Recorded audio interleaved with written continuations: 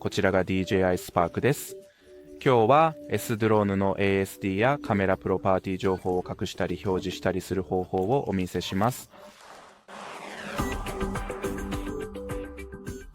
ですので、現在のカメラパラメータを表示する小さなウィンドウを有効または無効にしたい場合は、まずアイコンをタップする必要があります。DJI Go 4 アプリのカメラビューでシャッターボタンの下にあります。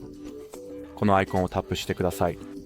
次に写真モードにいる場合は、赤車のアイコンのように見える最後のカテゴリーに切り替えてください。また、動画撮影モードに切り替えるとビデオカメラのようになります。